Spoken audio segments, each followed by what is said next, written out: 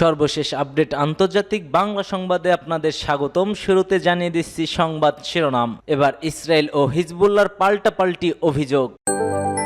অপরদিকে Lebanon Israel যুদ্ধবিরতিকে যেভাবে দেখছে ইরান। জানিয়ে দিচ্ছি যুদ্ধবিরতি শুরুর পর ফের হিজবুল্লাহর ঘাঁটিতে আক্রমণ করেছে ইসরায়েলি বাহিনী। একই সঙ্গে জানিয়ে দিচ্ছি ইরানকে পারমাণবিক অস্ত্রধারী হতে দেবে না নেতানিয়াহু। এবং সর্বশেষ থাকছে লেবানন থেকে কেন পিছু হটেছে ইসরায়েলি বাহিনী। এতক্ষণ শুনছিলেন সংবাদ শিরোনাম, এবার বিস্তারিত।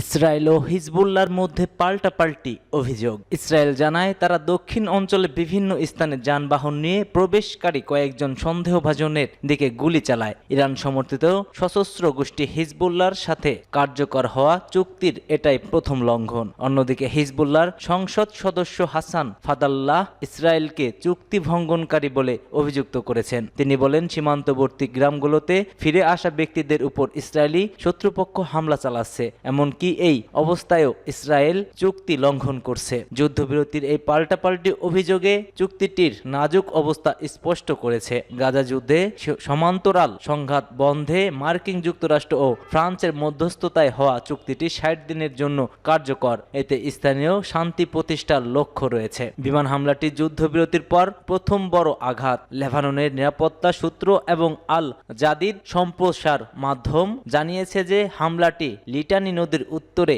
২২ সারা এলাকায় হয়েছে। চুক্তি অনুযায়ী লিটানি নদীর দক্ষিণে অনুমোদন সহ সামরিক স্থাপনা সরিয়ে ফেলার শর্ত থাকলেও উত্তরের স্থাপনাগুলো নিয়ে কোনো নির্দেশনা নেই। এর আগে ইসরায়েলি ট্যাঙ্কের গোলাগুলিতে দক্ষিণ লেবাননের ৫টি শহর এবং কিছু কৃষিজমি ক্ষতিগ্রস্ত হয়েছে। এতে অন্তত ২ জন আহত হন বলে জানিয়েছেন স্থানীয় নিরাপত্তা সূত্র।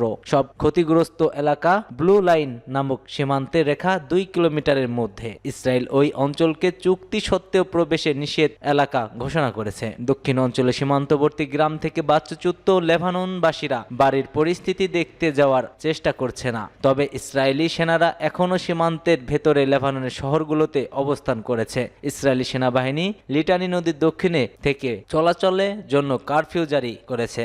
লেবানন ইসরায়েল যুদ্ধবিরতিকে যেভাবে দেখছেন ইরান। লেবানন ও ইসরায়েলের মধ্যে যুদ্ধবিরতি চুক্তির প্রতিক্রিয়া জানিয়েছে ইরানের ইসলামিক রেভলিউশনারি গার্ড কর্পসের IRGC প্রধান কমান্ডার মেজর জেনারেল হুসেইন সালামি। তিনি বলেন, এটি কৌশলগতভাবে লেবাননের জন্য জয় এবং ইসরায়েলের জন্য পরাজয়। এক বার্তায় IRGCর প্রধান এই বার্তা দেন। খবর মেহের নিউজের। হিজবুল্লাহর মহাসচিব শেখ নাইম কাসেমের কাছে এক বার্তায় লেবানন এবং হিজবুল্লাহকে ইসরায়েলের বিরুদ্ধে যুদ্ধবিরতি চাপিয়ে দেওয়ার জন্য অভিনন্দন জানান মেজর জেনারেল হুসেইন সালামি। সালামি বলেন, লেবাননের ফ্রন্টে যুদ্ধবিরতি হলো ইহুদিবাদী শাসনের জন্য একটি কৌশলগত এবং অপমানজনক পরাজয়, যা হিজবুল্লাহর বিরুদ্ধে যুদ্ধে তার কোনো অশুভ লক্ষণ ও উচ্চাকাঙ্ক্ষা অর্জন করতে পারেনি। তিনি আরো বলছেন, এই যুদ্ধবিরতির হয়তো গাজা যুদ্ধ শেষ করার দিকে একটি নতুন যুদ্ধবিরতির সূচনা হতে পারে। সালামি উল্লেখ করেন যে ইসরায়েলি যুদ্ধবিরতির জন্য যখন সম্মত হয়েছিল তখন এটি হিজবুল্লাহর মিসাইল আক্রমণের মুখে ছিল,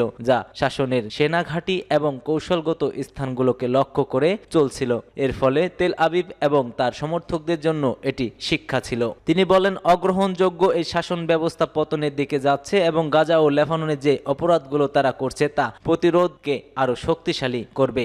IRGC প্রধান বলেন, হিজবুল্লাহ সত্যকার অর্থে ইসরায়েলকে তার খারাপ লক্ষণ অর্জন থেকে বিরত করে এবং লেবাননের উত্তর ফ্রন্টে যুদ্ধবিরতি চাপিয়ে দিয়ে এই বিজয় অর্জন করেছে। 2023 সালের অক্টোবরের শুরুতে ইসরায়েল গাজার উপরে গণহত্যামূলক যুদ্ধ চলমান শুরু করে তার পাল্টা হামলা শুরু করে দেন লেবানন। যুদ্ধবিরতির শুরুর পর ফের হিজবুল্লাহর ঘাঁটিতে আক্রমণ করেছে ইসরায়েল। বুধবারই শুরু হয়েছিল যুদ্ধবিরতি, কিন্তু একদিনও যেতে না যেতেই বৃহস্পতিবার ফের লেবাননের হিজবুল্লাহর ঘাঁটি লক্ষ্য করে হামলা চালায় ইসরায়েল। একটি দুটি নয়, মোট 6টি বিস্ফোরণের কথা জানা গিয়েছে। যদিও ইসরায়েলি সেনাদের দাবি, লেবাননে যুদ্ধবিরতি লঙ্ঘন করে মাঝারি পাল্লার রকেট মজুত করেছিল দক্ষিণ লেবাননে। সেই বিপদের মোকাবেলা করতেই তেল আবিব সেনা জবাব দিয়েছে। হামলা পাল্টা হামলার কয়েক হাজার মানুষের রক্ত ঝরার পর অবশেষে আশার আলো দেখা গিয়েছে বুধবার। তার আগে মঙ্গলবার রাতে যুদ্ধবিরতির পক্ষে ভোট দেয় ইসরায়েলের মন্ত্রিসভা। নীতিগতভাবে চুক্তি অনুমোদন করে বেঞ্জামিন নেতানিয়াহু।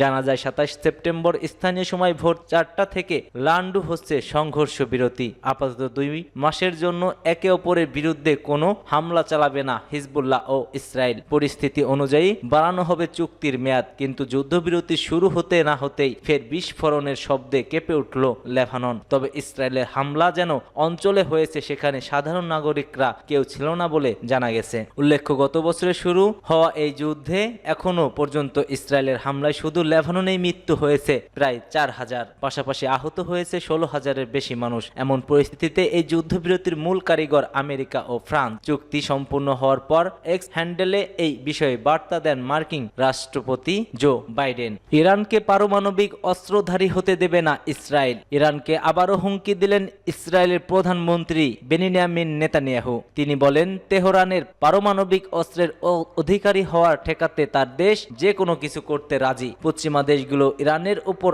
আরও নিষেধাজ্ঞা আরোপ করলে দেশটি তার পরমাণু অস্ত্র তৈরির উপর থেকে নিজে আরোপিত বিধিনিষেধ তুলে নিতে পারে। তেহরানের একজন শীর্ষ কূটনৈতিক এ সতর্কবাণী উচ্চারণ করার পর নেতানিয়াহু ওই হুমকি দিয়েছেন। ইউরোপের বিভিন্ন দেশের সরকারের সঙ্গে তেহরানের পারমাণবিক কর্মসূচি নিয়ে গুরুত্বপূর্ণ এক আলোচনা শুরু করতে চলছেন ইরান। এমন প্রেক্ষাপটে মধ্যপ্রাচ্যে পরস্পরের শত্রুদের ইসরায়েল ও ইরান এমন কথার লড়াই শুরু করলো। ইসরায়েলি সম্প্রচার মাধ্যম চ্যানেল বলছে, নেতানিয়াহু ইরানকে পরমাণু অস্ত্রের অধিকারী হওয়া থেকে ঠেকাতে যে কোনো কিছু করবে। এর জন্য যা যা ব্যবহার করা যায় সবকিছুই তিনি ব্যবহার করবেন। মধ্যপ্রাচ্যে পরমাণু অস্ত্রের অধিকারী একমাত্র দেশ হলো ইসরায়েল, একথা বলছেন প্রধানমন্ত্রী বেনিয়ামিন নেতানিয়াহু। যদিও তারা তা স্বীকার করে না। কোনো প্রতিদ্বন্দ্বী দেশ যাতে এ অস্ত্রের অধিকারী হতে না পারে সে লক্ষ্যে প্রতিবন্ধকতা সৃষ্টি করা দীর্ঘদিন ধরে ইসরায়েলের প্রতিরক্ষা খাতের শীর্ষ অগ্রাধিকারমূলক বিষয়গুলোর একটি। ইরানের এসব হামলার জবাবে ইসরায়েলও দেশটিতে সীমিত পরিসরে হামলা চালিয়েছে।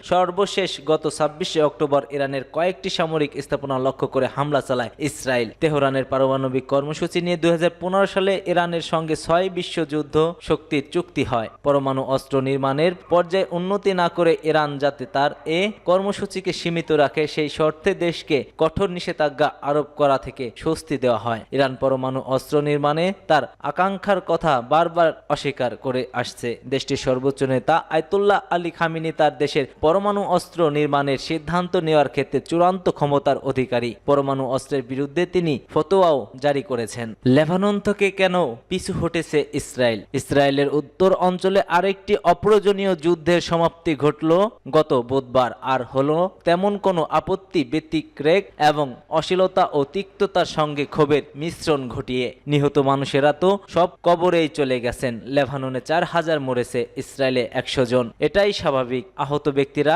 পুনর্বাসনের জন্য লড়ছেন, শোকাহত ব্যক্তিরা মাতাম করছেন। ঘরবাড়িগুলো ধ্বংস হয়ে গেছে। এই অপ্রয়োজনীয় যুদ্ধের পর কোনোখানেই ভালো কিছু হয়নি। যুদ্ধের আগে পরিস্থিতি যা ছিল তার চেয়ে ভালো হয়নি। মঙ্গলবার সন্ধ্যায় ইসরায়েলি প্রধানমন্ত্রী বেনিয়ামিন নেতানিয়াহু সমাপনী মন্তব্য এটা ভালোভাবে ফুটে উঠেছে। যুদ্ধবিরতি উপলক্ষে এক হতাশা ব্যঞ্জন ভাষণে নেতানিয়াহু অবশ্য যুদ্ধের অর্জনগুলোর বিস্তারিত তুলে ধরেছেন। আমরা কতজনকে হত্যা করেছি এবং কি পরিমাণ ধ্বংসযজ্ঞ চালিয়েছি, যেন রক্তপাত ধ্বংসলীলার পরিমাপই এক বিরাট অর্জন। বৈরুতের মাটি প্রকল্পিত হয়েছে, দম্ভ ভরে এটাই উচ্চারণ করেছেন তিনি। তাতে কি এই ভূমিকম্পন তৈরি করে ইসরায়েল কি লাভ হয়েছে? শুধু প্রতিশোধের লালসাস পূরণ করা ছাড়া অস্ত্র ব্যবসায়ী আর সমর বণিকের অন্যদেরও প্রাপ্তি কি ছিল?